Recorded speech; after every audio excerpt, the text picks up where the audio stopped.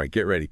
You sent some seriously cool research on ab initio protein structure prediction. Oh, yeah. And I got to say, I'm excited to hear what you thought. I'm ready to get my brain, like, folded in new ways. I think you'll like this. It's a field that's really pushing the boundaries of what we thought was possible in biology. Okay, so let's start, like, at the beginning. Ab initio sounds kind of like, I don't know, something you'd order at a fancy coffee shop. So what does it actually mean when we're talking about proteins? Well, you're not far off with that creating something new thing. Ab initio basically means like predicting that super complex 3D structure of a protein, but just using its amino acid sequence. Okay. Like a blueprint. You know, it's kind of like, imagine you're trying to figure out how to fold like a really complex origami masterpiece. Right. But you only have the list of folds, no picture. Okay. Yeah, that analogy is, it's making my brain twist a little bit. Good. In a good way. Yeah. But why is this such a big deal? Is it just like scientists being curious? Or is there something more to it? Oh, no, this goes way beyond just curiosity. We could be talking about like a total revolution in medicine, how we design drugs. Wow. Even like how we understand life itself. Really? Yeah, think about it. What if we could just design new proteins to do exactly what we want, like fight off a disease, create sustainable materials. Okay. We could even build tiny biological machines. Whoa, okay, yeah. Now that's a future. It's pretty wild. That I want to live in. Right. But I got to admit, even picturing how you even start to predict these structures. It's already kind of hard for me. Yeah, you're right. It's incredibly complex. For a long time, it seemed like practically impossible. But it all came down to something called Anfinson's dogma. Basically, back about 40 years ago, this brilliant scientist, Christian Anfinson, he showed that the amino acid sequence of a protein, it has all the information that the protein needs to fold up into its 3D shape. Anfinson's dogma, right. I think I remember that. Yeah. From biochemistry class. It's a classic. It always kind of felt theoretical, though. Are there any exceptions? There are a few, yeah. Especially with proteins that need a little help to fold correctly. Like they need these helper molecules called chaperones. But for most proteins, Anfinson's dogma, it's true, and it's the whole basis of initio prediction. So, like, theoretically, we could just predict any protein structure just from the sequence. Like, plug it into a supercomputer and boom, instant protein, origami. If only. It's a lot harder than that, even though the idea is simple. The reality is... well, imagine trying to find one specific grain of sand on a beach. Yeah. That's kind of what it's like. Right. But the beach is like every possible way a protein could fold. And there's a lot. Oh, yeah. Astronomically. Huge number of possibilities. Okay, so how do scientists, like, even begin? Do they just throw computing power at it? I wish it were that easy. Right. Brute force alone wouldn't get us very far. Okay. Over the years, they've come up with some really smart strategies to make this problem more manageable. Like what? Well, one thing is using simplified representations of proteins. Okay. It's kind of like making a simpler map of a really complicated city. Right. So instead of trying to track like every single atom in a protein, they make this more abstract model. Like a simplified map. I like that. Yeah, exactly. Like, for example, they might use what's called a united atom model. So basically, they group the hydrogens with the heavier atoms nearby. Okay, so it's like decluttering the map a little bit. Exactly. You focus on the major landmarks, not every single house. Okay, that makes sense. Right. It's like reducing the complexity, but keeping the important stuff. Exactly. But even with that, we're still dealing with a huge number of possible shapes. Oh, absolutely. Still a massive challenge. Right. That's where another clever trick comes in. Fragment libraries. Okay, what's that? So imagine you could break down a protein into smaller pieces, like Legos. Okay. Each piece is a short stretch of amino acids. Right. These libraries, they have fragments from proteins that we already know the structure of. Oh. So it's like nature's best folding solutions. So Instead of starting from scratch, they're using designs that already work. Yeah, like a cheat sheet for protein origami. Uh-huh. I like that. Right. But how do they actually use those fragments? Well, it's not random. One popular method, it's called Rosetta. Okay. It's actually pretty elegant. Really? Yeah. So Rosetta takes those fragments and tries different ways to put them together. Oh, okay. Like a jigsaw puzzle. Like a protein puzzle. Exactly. It tries to find combinations that make a stable structure. But how does it know if it's found a good solution? Ah, good question. It's not enough to just put the pieces together. You need a way to know if it's a good structure. Yeah. And that's where potential functions come in. Potential functions. Think of them like judges. Oh, okay. In our protein folding competition. I like that. Right. So what are these potential functions based on?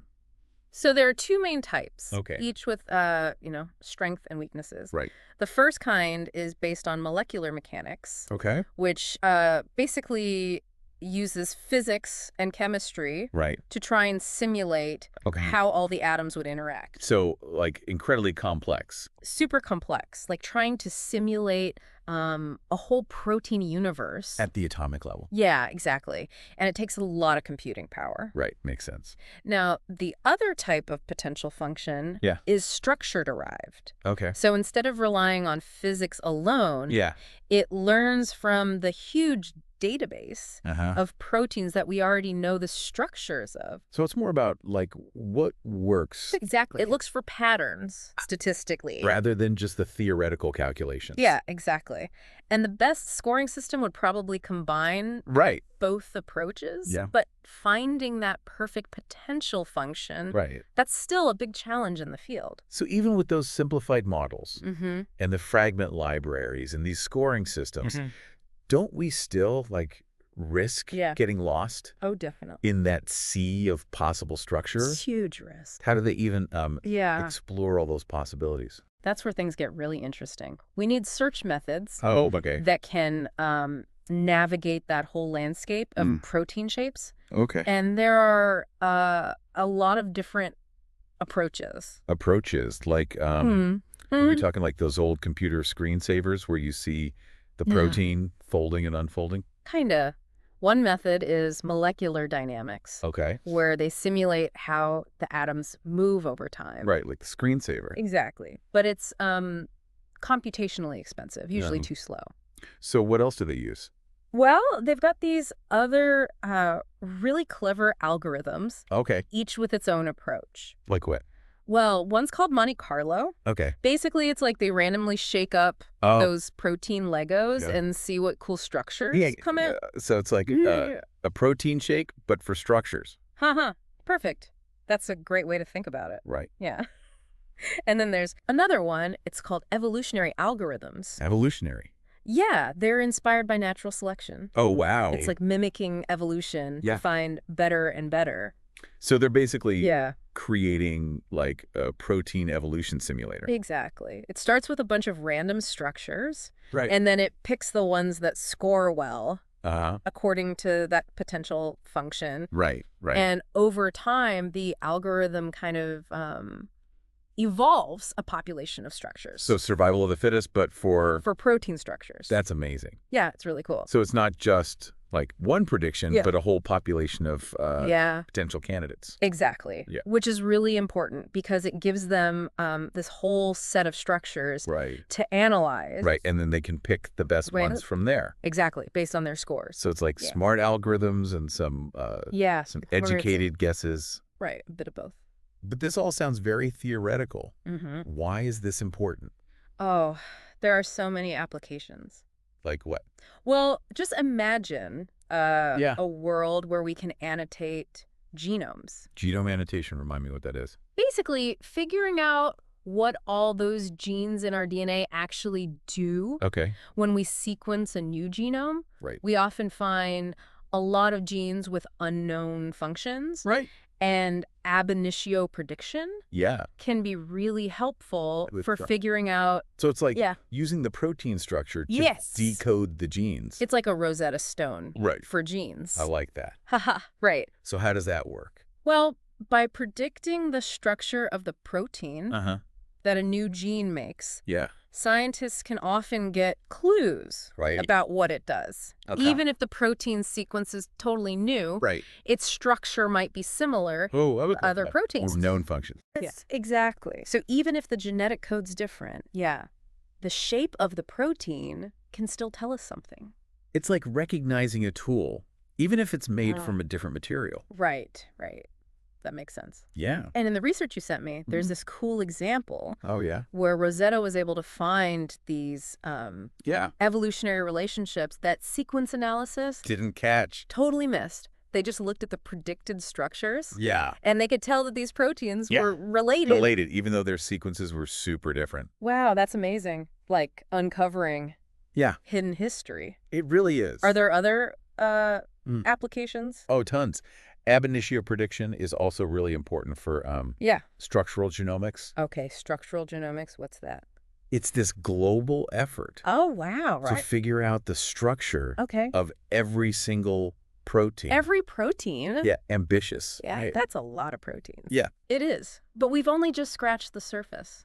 Oh, really? Yeah, there are so many proteins out there that are really hard to study experimentally. Like they're hard to what?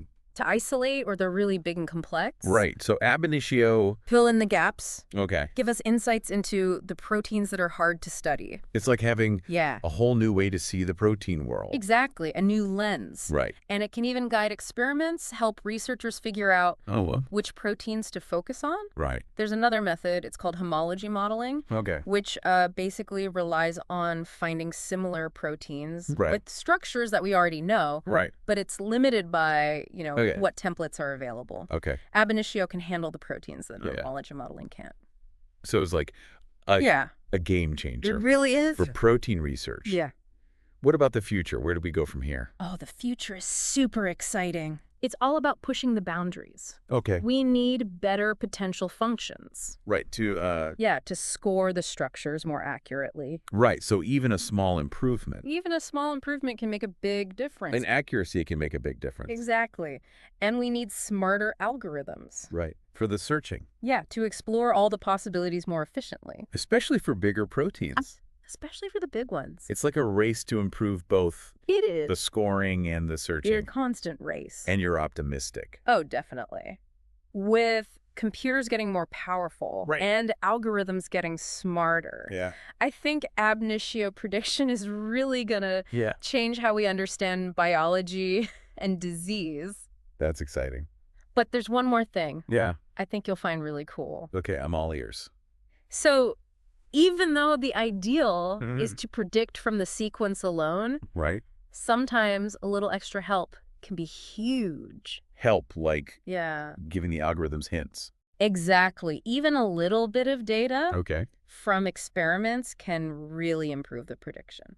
What kind of experimental data? Is it like showing it a blurry picture of the protein? It's more like giving it specific measurements. Okay. Like, for example, data from nuclear magnetic resonance spectroscopy, NMR, which can tell us about the distances between certain atoms. Ah, so like giving it hints about how the pieces fit together. Exactly. And Rosetta, that method we talked about, is actually really good at using this kind of data. So by combining ab initio and the NMR data, they can get much more detailed structures. Wow, that's amazing. It's like a team effort between prediction and measurement. And this is especially useful for proteins that are hard to study in other ways. Right. Like membrane proteins, which are really hard to crystallize for X-ray crystallography. But ab initio combined with NMR could be the key. This is all exciting stuff. Groundbreaking. Yeah. Think about what this could do for biology. Yeah, for biology. It's mind-blowing. Well, I think we've covered a lot of ground here. Definitely. From the basics of ab initio prediction to how it could, revolutionize our understanding. Totally change how we understand proteins. It's pretty amazing. But our journey isn't over yet. Oh, there's more to come. When we come back, we'll go deeper into the limitations of ab initio. The challenges. And what researchers are doing to overcome them. Can't wait. So stay tuned. Stay with us. Welcome back. I'm ready to jump back into that world of ab initio protein structure prediction. All right, let's do it. Before the break, you were talking about some of the limitations Oh, right. Yeah. that researchers are dealing with. Yeah. What are some of the biggest hurdles? Well, one of the most fundamental challenges is the accuracy of those potential functions. Oh, right. Those Yeah. those judges in the protein folding competition. Exactly. And getting those scoring systems right, it's not easy. I can imagine. It's incredibly complex. Yeah. Because proteins are, they're like these tiny little ballets with, countless atoms all interacting. Right, all influencing each other. In all these subtle ways, capturing all that in a computer model, it's going to be tough. It's really tricky. Even small errors in the potential function can really mess up the prediction. Okay, so the scoring system is a big bottleneck. Are there other? Oh, yeah, definitely. Another big one is the computational cost. Oh, right, because these calculations. Yeah, even with the simplified models. Right. It takes a ton of computing power. It's like trying to map every star in the galaxy. Exactly. A huge task. So it's not just about better algorithms, but also the computing power too. Right. And this is especially true for bigger proteins. Right, with more amino acids, yeah. Is there like a point where a protein is just too big? It's not so much about size as it is about complexity. Okay. Some proteins have these really intricate structures. Right, with different parts that with multiple domains that all fit together. Move around. Exactly. Like a molecular puzzle box. Those are the ones that really push the limits. Right, because it's not just predicting the shape of each piece, but also how they fit together and how they move. And proteins aren't static. They're always this is dynamic. Yeah, they're always jiggling. Yeah. So how do they It's a big challenge. Yeah, how do they account for that? That's a really active area of research. Okay. Some approaches try to build flexibility right into the model. Oh, okay. Like allowing certain parts of the protein to move. Right, so it's like building in some wiggle room. Exactly, like hinges and joints. And other approaches use those molecular dynamics simulations. Right, the screensavers. Yeah, but they can be really computationally expensive. So it's all about finding the right balance. Yeah, finding the right balance. Between accuracy and speed and computational resources. Right, and that depends on... It depends on the specific protein and what the researchers are trying to figure out. It's like using the right tool for the job. Exactly. Right tool for the job. But with all these limitations, where does this field go from here?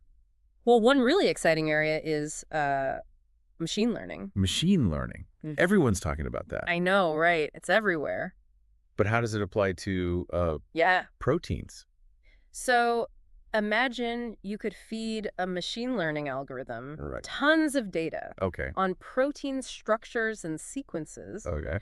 The algorithm could then, analyze all that data. Right. Find patterns Okay. that we might miss. Right. And then use that knowledge to predict new structures. New structures, exactly. So it's like giving the computer a protein folding crash course. Exactly. Let it learn from all the data. And they're using machine learning to improve. Oh, yeah. Not just the predictions, but also those potential functions. Right, those scoring systems. By training algorithms on massive data sets. It's like giving the judges a superpowered upgrade. And they're also using it to improve the search algorithms. Right, to make them more efficient. Yeah. Like giving our explorer a better map.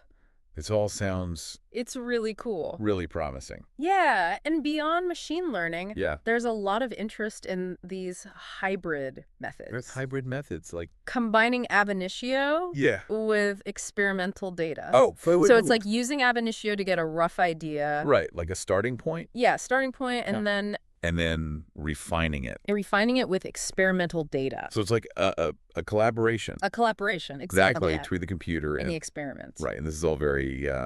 exciting. Exciting, yeah. It seems like we're on the edge of... On the verge of something big. Yeah, something big for protein science. Absolutely. But with all this focus on computers, are we risking over-relying? Oh, that's a really important point. Yeah. We have to remember that computation. Right. It's just one tool. Right. We still need experiments. To confirm. Confirm. So it's not a replacement. Yeah. It's more like... a complement. Yeah, work together. A partnership.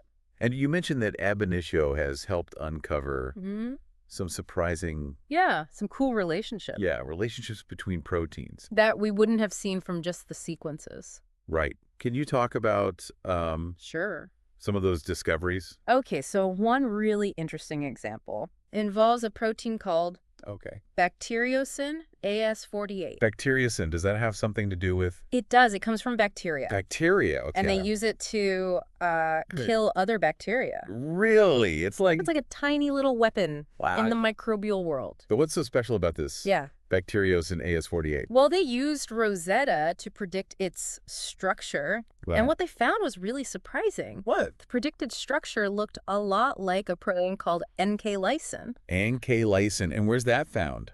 It's found in mammals. Wait, so a bacterial protein looks like a mammalian protein. That's what's so wild. And their sequences... Right. Are they similar? Their sequences are actually quite different. So they look alike. Structurally, yes. But they're not related.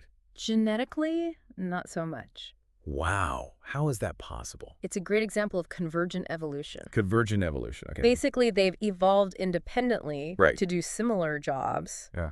Even though they come from... So ab initio helped to find this connection. Yeah, a connection that we wouldn't have seen from the sequence alone. It's like finding a secret passage. Exactly. Between these two different parts of the biological world. It shows how important it is to look beyond just sequence. Right. When we're thinking about evolution. So structure can tell us more. Sometimes, yeah, it can reveal deeper connections. Are there other examples? Oh, yeah. There's another cool one. Okay, what is it? It involves a protein called MUTs. MUTs, okay. Which is involved in DNA repair. DNA repair. It's super important for life. Right, to keep our DNA. To keep our DNA intact. Yeah, intact. So MUTs, it's like a proofreader. Oh. Okay. It scans the DNA. Right.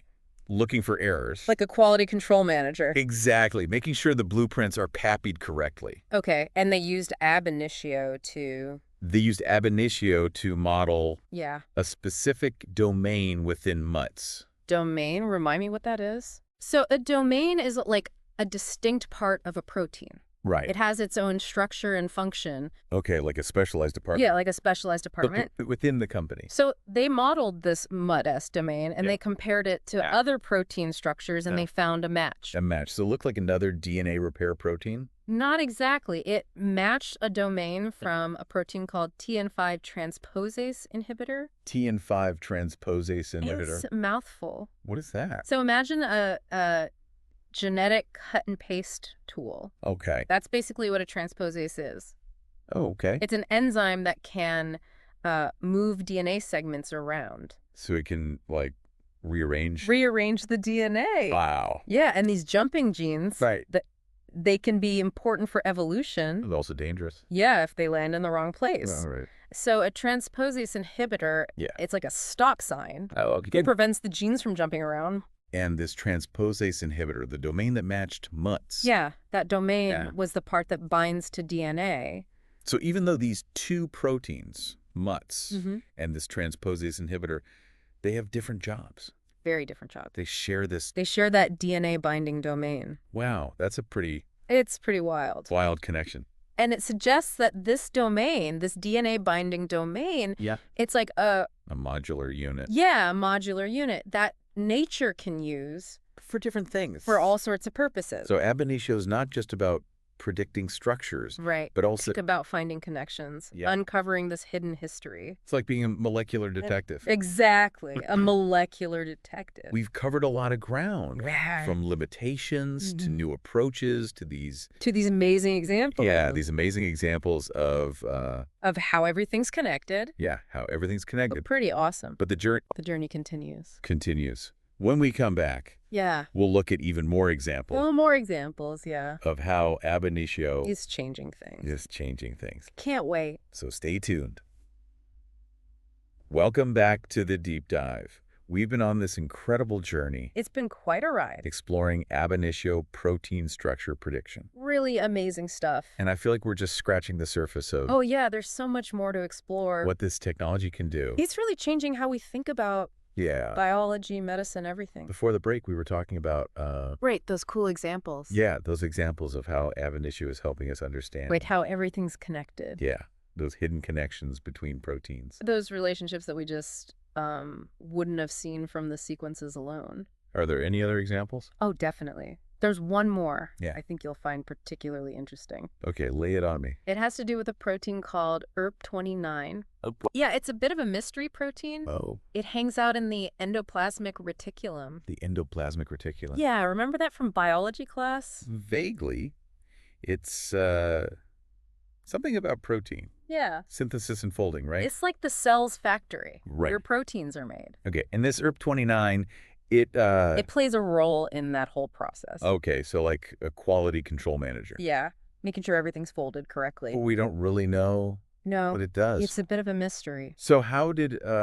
Well, they used Rosetta. Right, Rosetta. To predict its structure. Okay. And what they found was that ERP29 has this particular fold. A fold. Yeah, a specific way that the protein folds up. Okay. It's called the thioredoxin fold. Thioredoxin fold. Yeah, it's a mouthful, but it's What's so special? It's a common structural motif. Okay. It's found in a lot of different proteins. And what do those proteins do? A lot of them are involved in redox reactions. Redox reactions. Those are the ones with the... Yeah, electron transfer. Right, like little batteries. Exactly. And the thioredoxin fold often shows up in proteins that help to keep those reactions balanced. So this ERP29, because it has this thioredoxin fold, could be involved in it could be those redox reactions. It's like finding a missing puzzle piece. Right. Suddenly things start to make sense. Yeah. And this is a great example of how ab initio prediction can spark new ideas. So it doesn't always give us... No, not always a definitive answer, but it can give us clues. Yeah, and help us ask new questions. It's like a breadcrumb trail. I love that. A breadcrumb trail. To a deeper understanding. It's a beautiful way to put it. This has been an amazing deep dive. It has. We've really gone deep into the protein world. Yeah, into the protein world. Ab initio prediction, it's pretty amazing. Powerful, yeah. Complex and full of potential. Yeah, full of potential to change. To change how we think about life itself. Yeah. At the most fundamental level. But before we go, I want to leave our listeners Ooh, I like this. with something to think about. All right. What is it? Imagine a world where we can actually design proteins. Yeah, design proteins from scratch. Tailor-made Wow. for specific jobs. So, we could create new drugs. New materials. Yeah, new materials. Even, tiny little machines. Molecular machines. How would that change? It would change everything. Our lives. Our lives, the world, everything. It's a powerful technology. And with the progress we're making, that future might be closer than we think. Thanks for joining us. It's been a pleasure. On this deep dive into the world of proteins. Keep exploring. Keep exploring. Keep asking questions. And keep being amazed by the wonders of science. We'll see you next time.